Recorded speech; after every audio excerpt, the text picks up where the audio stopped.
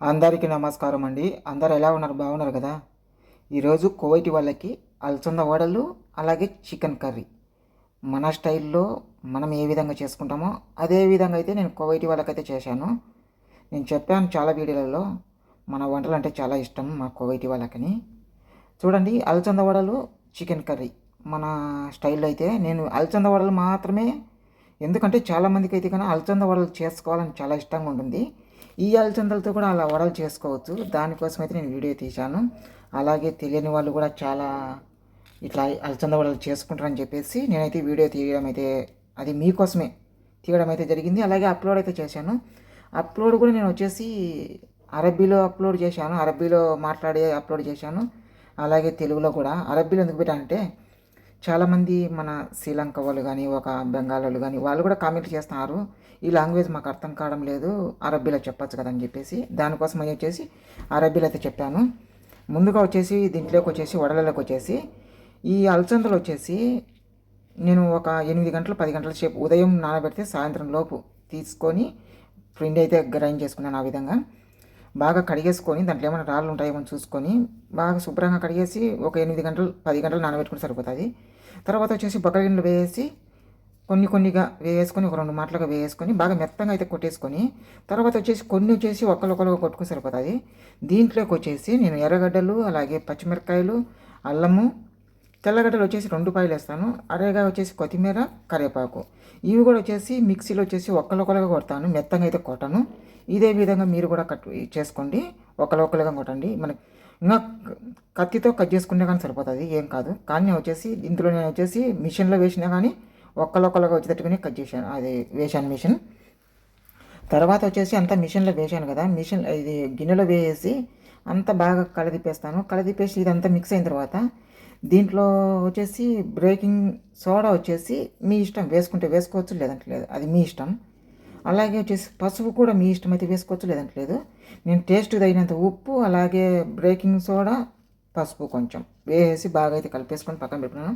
ఇది నైట్ 9 గంటలకు చేయాల్సింది, ముందుగానే ఇది పిండి అంతా రుబ్బుకున్నాను కాబట్టి అంతా కలిపేసి ఒక బారుగా పక్కన అయితే ఫ్రిడ్జ్లో అయితే పెట్టేశాను. అప్పుడప్పుడు చేసుకోవడానికి అయితే కానీ రెడీగా అప్పుడప్పుడు కలుపుకొని అట్నే చేసుకోవచ్చు నూనె పెట్టేసి. చూశారు కదా, అలసందలు మనకు దొరకవు కాబట్టి కువైట్లో ఈ అలసందలతో అయినా కానీ వడలు చేసుకోవచ్చు, ఏం కాదు. దానికి పైన బొప్పి అంటావా, పైన బొప్పు ఉన్నా ఏం కాదు. మనం ఆ బొప్పి ఉంటే వడలెట్టి వేసుకుంటాం, దానికి అవసరం లేదు. మీకు బొప్పు ఉన్న సరే మీరు మిషన్లో వేసుకొని పిండి అయితే గ్రైండ్ చేసుకొని వడలు చేసుకొని నేను చెప్పిన విధంగానే ఇప్పుడు చేసుకొని తినండి, చాలా అంటే చాలా బాగుంటుంది.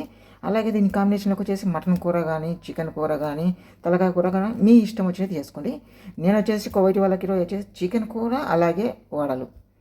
ఇప్పుడు మనం ఏదైతే బౌల్ చేస్తామో వడలు, దాని కింద అయితే నేను చిన్న దబర పెట్టినాను, నాకు అనుకూలంగా ఏం లేదని చెప్పేసి ఆ దబర తీసుకొచ్చి పెట్టాను.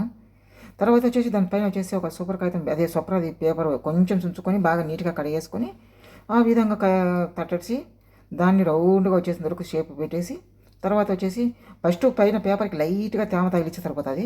తర్వాత వచ్చేసి చేతికి తీసుకుంటే నేరుగా వచ్చేస్తుంది. చూశారు కదా, అదే విధంగా ఒక 5-6 వేసి పెనంలో ఒక సైడ్ ఎర్రగా ఒక సైడ్ ఎర్రగా వచ్చేటట్టుగా బాగా కాల్చుకొని తర్వాత అది అన్నీ అదే విధంగా అయితే కలుస్తాను. చికెన్ కర్రీ కూడా చాలా అంటే చాలా బాగా చేశాను. చికెన్ కర్రీ మామూలు చికెన్ కూర వచ్చేసి నేను వీడియో తీయాలంటే 2 వీడియోలు తీయాలంటే ఒకేసారి, సారీ ఏమనుకోద్దు, నేను 3 వీడియోలు తీశాను. 2 వీడియోలు తీశాను ఆల్రెడీ. ఒకటి వచ్చేసి అది పిలిపిలి మాబూజ్ చెత్త అనేది అహ్మర్, అది కూడా తీశాను. అది అయితే అప్లోడ్ చేయడం, ఒక వీడియో ఎడిటింగ్ చేయడం అప్లోడ్ చేయడం చాలా కష్టము. అది కూడా అప్లోడ్ చేస్తాను. అది కూడా చాలామంది అడిగారని చెప్పేసి దాన్ని తీశాను. చికెన్ కర్రీ కానీ చాలామంది చేసుకుంటాం మామూలుగా అని చెప్పేసి అది తీయలేదు. ఇప్పుడు అదే విధంగా అన్నీ రౌండ్గా చేసి 1 బై 1 ఒకటి తర్వాత ఒకటి అన్నీ ఆ విధంగా వేసుకొని ఒక సైడ్ ఎర్రగా వచ్చేటప్పుడు ఉండించుకొని మళ్ళీ తర్వాత ఇంకొక సైడ్ కూడా అట్నే అదే విధంగా కాలుస్తాను. చూశారు కదా, ఇదే విధంగా అలసంద వడలు మీరు కూడా చేసుకోవాలనుకుంటే కానీ చేసుకోండి. మీరు కరివేపాకు కానీ ఇట్లా పచ్చిమిరపకాయలు కానీ ఇవన్నీ ఒక్కరొక్కరుగా వచ్చేటట్టు చూసుకోండి, మెత్తగా పేస్ట్ లాగా గ్రైండ్ లేకుండా. ఇంకా అదేవిధంగా ఎందుకంటే ఇది అలసందలో వచ్చేసి నూనె ఎక్కువ తాగుతుంది. ఈ నూనె మామూలుగా చాలాసేపు అయితే కన్నా ఫస్ట్ మనం ఏ ప్లేట్లో తీసుకుంటాం ఆ ప్లేట్లో వేయకుండా పక్కన ఒక ప్లేట్ పెట్టుకుని అది నూనె ఏదైనా ఉన్నా కానీ కిందికి కారిపోతుంది. తర్వాత వచ్చేసి ఇంకొక ప్లేట్లోకి తీసుకోవచ్చు. చూశారు కదా, ఇదే విధంగా అయితే కన్నా అన్ని అలసందలు చేస్తాను. తర్వాత నేను కువైట్ వాళ్ళకి ఏదైతే ఏ ప్లేట్లో అయితే ఇస్తానో ఆ ప్లేట్లో అన్ని అడుగునంత బాగా బేర్చేసి తర్వాత అదే మాదిరిగా అన్ని వరుసగా బేర్చేసి పైన వచ్చేసి పచ్చిమిరపకాయలు వేయించి పైన డెకరేషన్ చేస్తాను.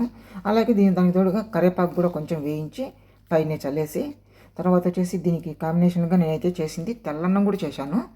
ఎందుకంటే వాళ్ళకి తెల్లన్నం కావాలంటే తెల్లన్నము, ఈ వడలతో పాటు తినాలంటే ఈ వడలతో పాటు, అలాగే చికెను అన్నంతో తింటారని చెప్పేసి ఈ 3 రకాలైతే చేసి, అలాగే మాగూచు ఎర్రది ఒటిమిరకాయలు పొడితే అది కూడా చేశాను. చేసి ఇది నైట్కి ఆశ మాత్రమే, వీళ్ళకి నైట్ డిన్నరు ఇదైతే రెడీ చేశాను. తిన్న తర్వాత ఇది కానీ చాలా అంటే చాలా బాగుందన్నారు. చూశారు కదా మీరు కూడా, చూడడానికి చికెన్ కర్రీ మన స్టైల్లో చేస్తే ఏ విధంగా ఉంటుంది అనేది మీకు కూడా అర్థమైపోయింది. చాలా టేస్ట్ అంటే చాలా బాగుంది. ఇక్కడ బ్యాడ్ లక్ ఏంటంటే కనుక నాకు ఈ చికెన్ కర్రీ కానీ ఇలాంటివి తినాలంటే కనుక చాలా ఇష్టం ఉండదు. ఒకవేళ తిన్నా కానీ అది జీర్ణించుకోలేను, వాంతికి అయిపోతుంది. ఎందుకంటే నేను చాలామందిని అడిగాను, ఎందుకు నాకు ఎట్లా, నేను ఫస్ట్లో తినేవాడిని, ఇప్పుడు తినుకోకుండా సాలిచ్చేసాను. ఎందుకని అడిగితే కన్నా నేను చేసి అవి చూసి నాకు అట్లా ఒక విరక్తి అయితే వచ్చేసింది. చూశారు కదా.